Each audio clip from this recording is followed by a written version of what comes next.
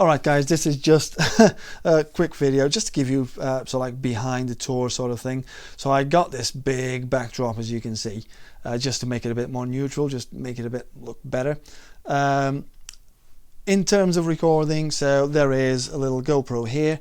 This one is actually connected with the external microphone, so it comes from an auxiliary from the mixer, which we're going to get. There's a Studio Live PreSonus mixer that is going to go into a PreSonus Studio Live HP4, which is a headphone amplifier.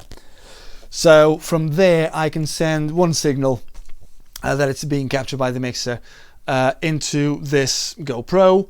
Then I can also send the other signal into that little Zoom Q2N, which is the overhead cam in there as well. I then have a side-mounted another GoPro camera there. This one is not connected to the mic because if I'm editing the video, I can then just kill the sound on that one and just use either the sound from the other two, or because I can multi-track. So if we go around here, so if you bear with me a second, because I'm multi-tracking everything in, let's see this beautiful DAW, let's just type in the password here, which is Studio 1.5 Professional. So I can multi-track everything in there, so it's all ready to record. You can see the level of the kick drum showing up there, and I have two sets of headphones. So these are some Red Bull Sennheiser limited editions. They're not made anymore. I have the original Vic Firth isolation headphones there. They need to be replaced now, to be honest. Everything is coming through a PreSonus Studio Live 1602, which is a digital mixer. This was the original model. So this model, there's also now one with USB. There's no flying faders on this one.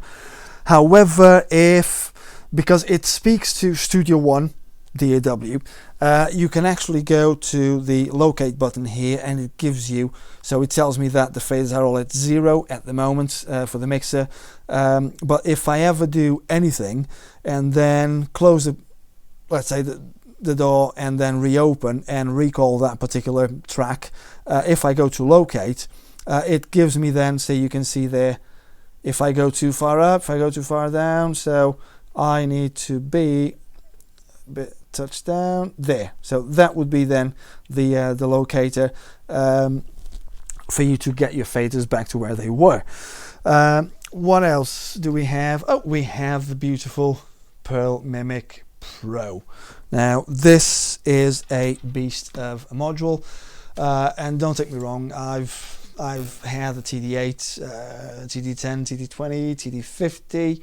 I had a Yamaha DTX3 Special, or Express, or DT Express 3 Special. That was the model. I've played in pretty much every Roland kit, pretty much every Yamaha kit, Elise's, but this module is quite special. It has Stephen Slade drums built in inside, which is great. So here we have that lovely Jabeki 14-inch hi-hat with that controller underneath there. Then we have the 16-inch crash. There we have the lovely 3-ply Jabeki head. You can actually see the side-mounted trigger, just the shade of it underneath on that tom. That's the 18-inch ride as well. Another 16-inch crash, and then that beautiful 18-inch China. Now the cool thing is that it's actually shaped like a China, like I said, so it's so natural to play in something like that. It's absolutely brilliant. Stick wise, we're looking at the traditional Vic Firth 5A American Classic wood tip, obviously, as I mentioned. On the bottom half we do have the Yamaha DFP 9500D. So this one is actually the direct drive, which I absolutely adore because it's incredibly responsive. Unlike, I used to play double chains for years, and unlike double chain, that sometimes if you, one thing, see if we can demonstrate that, if you press if you bury your beater against the head, a lot of the time with the double chain, if you remove your beater, there is normally, this one doesn't, it comes there, but there's no play. With chain driven pedals, there's normally a bit of play, but this one is like, as soon as you move, it's there. It's ridiculous.